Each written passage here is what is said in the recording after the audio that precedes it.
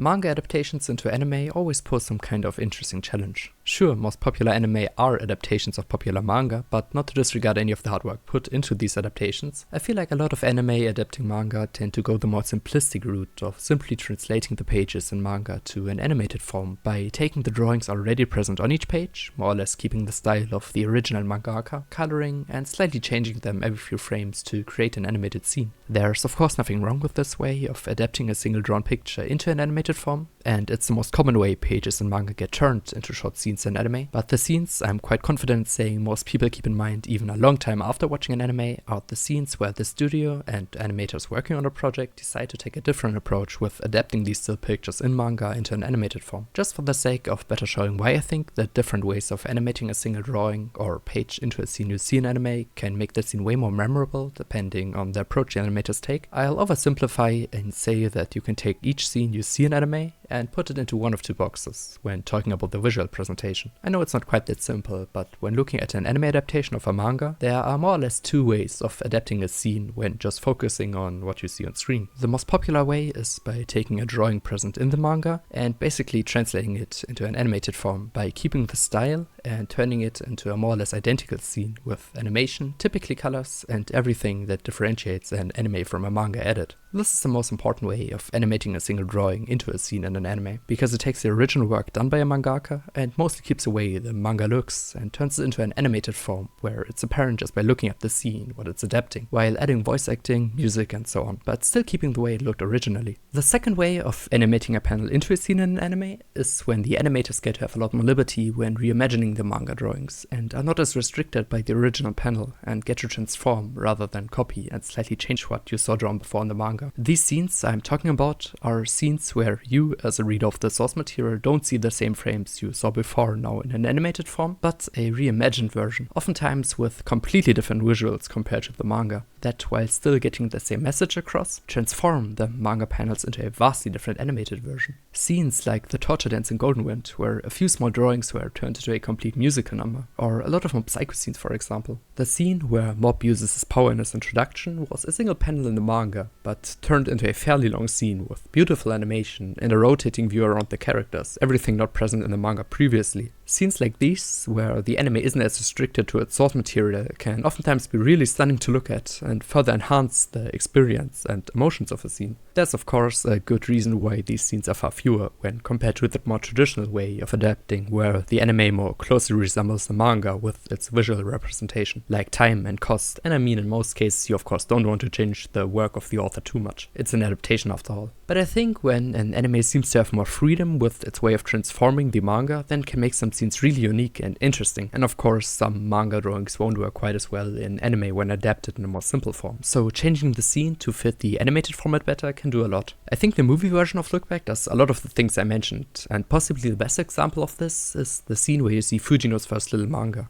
Originally, this was just a short manga in the typical comedy manga format with 4 panels, which of course works well in another manga itself. But when turned into the movie version, this short gag portion was taken and made into a version better fitting into an animated format. They didn't need to make the short part into such a long and unique scene, but they did, and this is one of the many reasons I love the movie just as much as the original Look Back manga. The movie also uses a lot of other methods to keep the visual part of it interesting, and doubles down on a lot of ideas already present in the manga, since Fujimoto's style of drawing is quite unique, and he uses a lot of different ways to emphasize certain scenes in all of his works, like how basically all the scenes in Goodbye Area are framed, or how certain Devil's powers work in Chainsaw Man, where he uses the medium of manga to his advantage, like with how Aki's devil attacks from outside the frame, or the way the Hell Devil first appears. An anime adapting his work has to approach some of the scenes that work exceptionally well in manga, but wouldn't work as good when adapted in a more simple form, with a different kind of method, and where Chainsaw Man's anime, for example, did that with some new scenes that show the more daily life of the characters and the direction and animation, where some scenes look more similar to real-life movies in their framing. Look Back's movie not only uses very smooth animation, but also expands on some of the scenes in a way only something animated can, and that leads to the movie looking, in my opinion, way more interesting than if it would adapt the manga with less thought put into its visual presentation. Another good point of this is the way the characters and backgrounds are drawn, resembling the styles the two main characters use when drawing their own manga. Just like in the manga the two of them create, the movie's characters are drawn resembling Fujino's more basic style, and the movie's background resembles Kyomoto's more detailed way of, well, drawing a background. background, and I think this just elevates the experience. By the way, coming back to the more simplistic but very smooth way of animating, I'm really glad this has become more popular in recent years, since it just looks amazing when animated well, like with Mob Psycho or Dan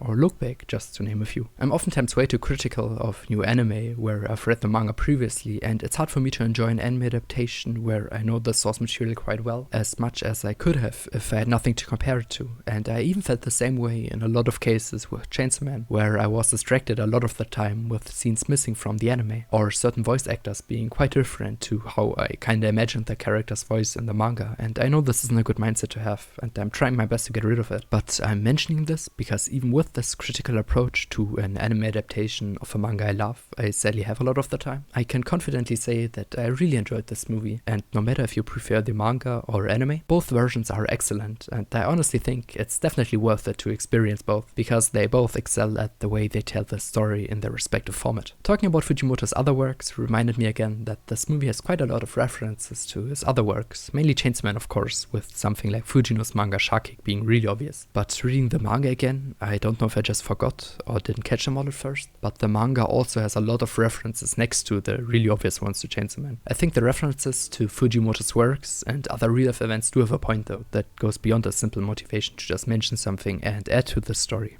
I didn't go into too much detail about these aspects in my last video about Fujimoto's manga, and I don't plan to now, because I for one don't want to spoil any of the plot details for the story, and on the other hand don't feel like I'm qualified enough to speak about something relating to a real life tragedy and then somehow end up saying something that could seem insensitive. So I'll just keep this short. I think if you read or watch the story and know about some of the details of the Kyoto Animation arson attack, it's impossible to separate this real life event from the story, and it's made quite obvious that Look Back draws these parallels intentionally, and I think this is, at least for me, one of the reasons this manga impacted me the way it did when I read it first. If you're maybe newer to anime and manga, or just haven't thought about the way Look Back is written to connect to real experiences and sadly real events, then I would suggest looking more into it. There are some videos and articles with people far more educated than me going into this discussion, and I think no matter what you thought of Look Back, that is something worth looking into. Lastly, I just want to say that completely removed from any real-life events, this story with its message about creating art and how someone's hard work and artistic expression can influence and brighten up someone else's life is something that I really value, and this is one of the many reasons I love Look Back, whether it's in manga or anime form. Anyway, I wish you a great rest of the day, and bye.